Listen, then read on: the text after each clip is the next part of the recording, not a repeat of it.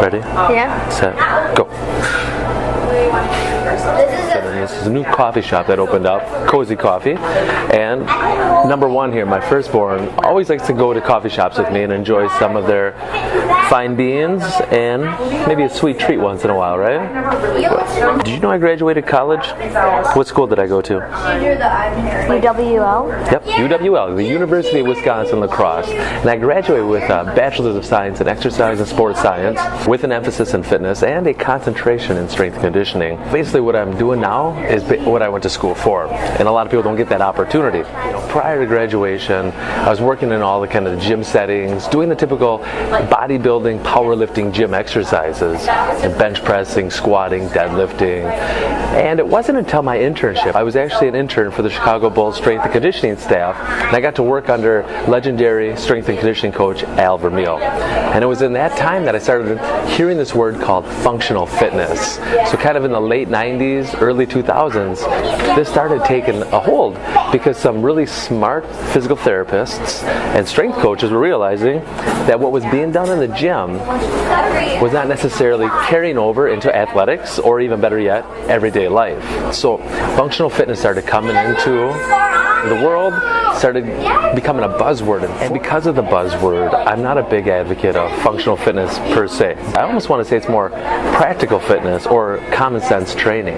So a couple things that I've really discovered and learned through using the DVRT system is how to properly train the body in the way that it functions, in the way that it's supposed to function. I become more appreciative of how human bodies move, and when you tickle them that way, how they go this way, because the body's all connected. And so, as we've talked about before, our anatomical slings, our kinetic chains, these connections in our body, that one body part is connected to the other, and there's so many of these within your body. And so we got to think more movement-based training, not so much muscle training.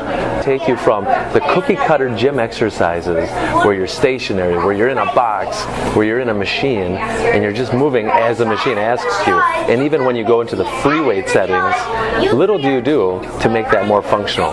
Feet shoulder width apart, you bend over, you pick up something with a nice fancy handle. How many times in your everyday life do you bend over with your feet shoulder width apart and pick up something that's up to your shins, that's got this nice handle with a special grip on it so you don't slip? Do you pick up anything off the ground? Yes. What? Oliver. So she picked up her brother off the ground. No fancy handles on Oliver, I can tell you that right now. He's a squirmer. Squirmer? Same with Ruth. Oh, Ruth. Who's watching Ruth right now? Not only are we talking about the anatomical slings, but there's 3 planes of motion that you should be working in. The sagittal, which is where when you go to the gym, that's probably the plane of motion that you're training in. But life is 3D, it's 360 degrees. So not only do you have the sagittal plane, but there's the frontal plane, and then there's the transverse plane. So when we're designing programs that Fitness Line down, we're thinking about anatomical slings, we're thinking about planes of motion, and even more importantly, we're thinking about body positioning and holding position. Because the way you hold an implement and the way that you're standing has a dramatic carryover into real world strength.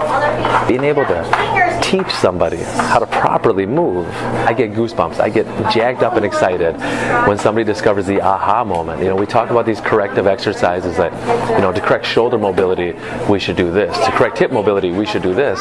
Sometimes the best correction is to teach them how to do the movement properly. Are the exercises that you're performing, are they having that truly authentic carryover into your real world, into your everyday activities? Or are you just mindlessly going through your workouts, just checking out brain-wise and trying to get through the movements? Focus on the practicality, the common sense of this training, and experience the fruits afterwards. Okay? Okay. All right. You're welcome.